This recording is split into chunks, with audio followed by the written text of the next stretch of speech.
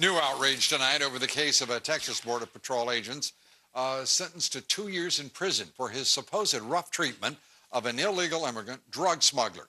The case against Agent Jesus Diaz was brought by the Obama Justice Department on charges of civil rights violations and allegedly lying to investigators. Diaz was eventually convicted of using excessive force on the 15-year-old drug dealer by wrenching his handcuffed arms upward while pressing a knee to his back. But defense attorneys argued that Agent Diaz was, in fact, did nothing to cause an injury or a bruise to the suspect, and photographic evidence carries out their contention. Critics of the prosecution contend that the case was politically motivated because the case was brought at the urging of the government of Mexico. Turning now to the ongoing investigation into the botched gun-running Operation Fast and Furious, that operation allowing thousands of firearms to be smuggled across the U.S.-Mexico border. The firearms later found to be used in the murder of U.S. Border Patrol border agent Brian Terry.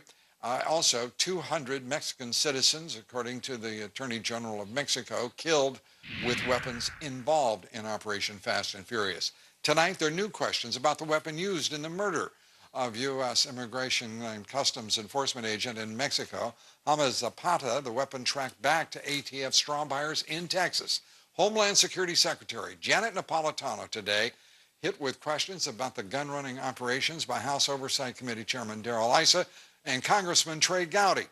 The secretary seemed, at best at times, reluctant to answer questions. You have two dead agents that worked for you, one north of the border, one south of the border, and particularly in the case of Brian Terry, he was gunned down with two weapons from Fast and Furious. It has been months, and you tell me that you're not, you weren't doing it because of an IG investigation. Well, let's go through a few questions here, Madam Secretary. Wait just a minute. Wait a second. Let me finish my question. Do you agree there were problems with Fast and Furious? I thought you were asking a much more specific question. But what I would say is, obviously, there were problems with Fast and Furious. What were those problems? Well, obviously, you don't want to let guns with the kind of firepower that we now know were involved to get out of your control. Is firepower the only reason you don't allow guns well, to walk? there's a number of them, but if you want to cross-examine me about I'm not cross-examining you, Madam Secretary. I'm asking you about Fast and Furious. Well, those questions coming from Congressman Trey Gowdy, and of course the chairman of the powerful House Oversight and Government Reform Committee and member of the Judiciary Committee as well, is Congressman Darrell Issa, who joins us now, as does Congressman Gowdy of South Carolina, also a member of both committees. Gentlemen, thank you for being here. Mr. Chairman, let me turn to you first.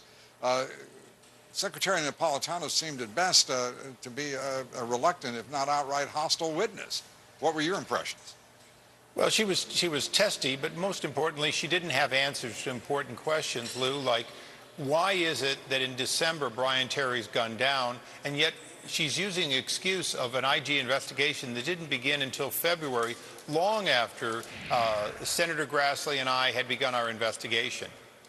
And Congressman Gowdy, as you were inquiring of the secretary, she didn't seem to. Well, she felt she was being cross-examined.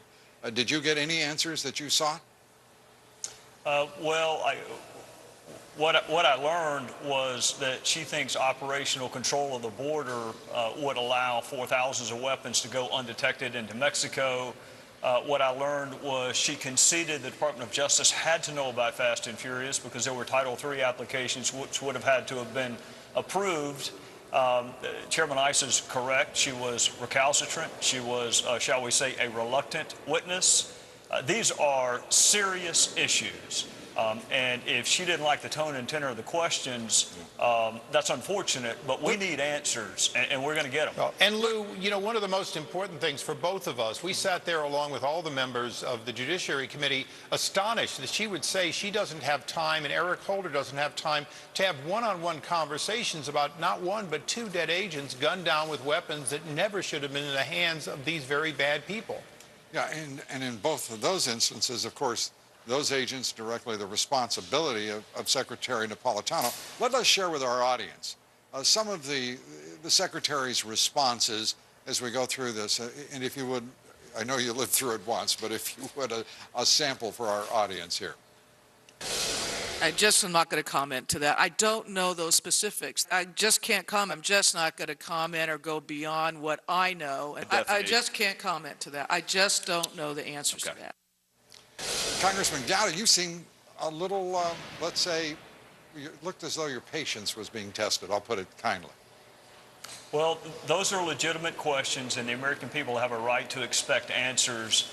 And to say I don't know is very different from saying I know, but I'm not going to tell you. And if she doesn't know the answers to those questions, she should have. So her choice is much like the Attorney General's was. Either answer the question truthfully or tell us why you're not going to. But to say you don't know when you're a former United States attorney, former attorney general, and current cabinet level official, and you haven't bothered to have a conversation with Eric Holder about the death of 2 Border Patrol agents, strains credibility at best.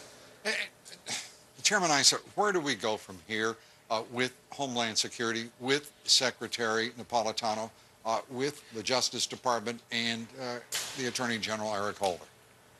Well, because the Secretary had so few answers today, she willingly told us that she'd be happy to answer any questions we wanted to submit in writing.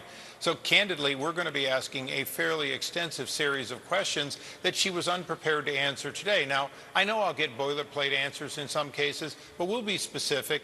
We really do believe that the American people have a right to expect the Secretary of Homeland Security and the Secretary of all of our law enforcement, effectively, the portion that's not in Homeland Security, the FBI, the DEA, the ATF. We expect Justice and Homeland Security to talk on a regular basis. One of our questions is going to be, if you and Eric Holder can't seem to get time to talk about what you seem to both not know about, who can we go to at a lower level where we can ensure that the kind of communication that's essential if America's going to be safe and if laws are going to be obeyed? Who are these people? Because right now we're only finding the people who couldn't see a problem with Fast and Furious. We'd like to find the people who have the guts to say stop to things that are just wrong. Your investigation will continue. Do you have further whistleblowers, further evidence to build a future foundation on? Well, as you know, every time one of us does an appearance like this, we have yet another whistleblower come forward with credible information. Now, often that leads to additional questions to the administration, and they haven't been forthcoming with answers. But until we get answers the American people can believe in, answers that show us this won't happen again, answers to who is really going to be held responsible, not just scapegoats at the low level, we have to continue. We will continue. Trey and I both are members of Judiciary, where Chairman Smith is continuing. And, of course, our other committee, the Government Oversight and Reform Committee, we will continue, along with Senator Grassley. This is an obligation, not a pursuit of anything except that which the American people expect us to pursue. And again, speaking of Senator Grassley and Congressman Issa, sending another letter to the Justice Department seeking some reconciliation again of the facts surrounding the death. In this case, as we reported, Immigration and Customs Enforcement Agent Zapata. Thank you both, gentlemen. I appreciate you being here. Thank Congressman you. Gowdy, thank you. Chairman Issa, thank you so much. We appreciate it. You're very Up next.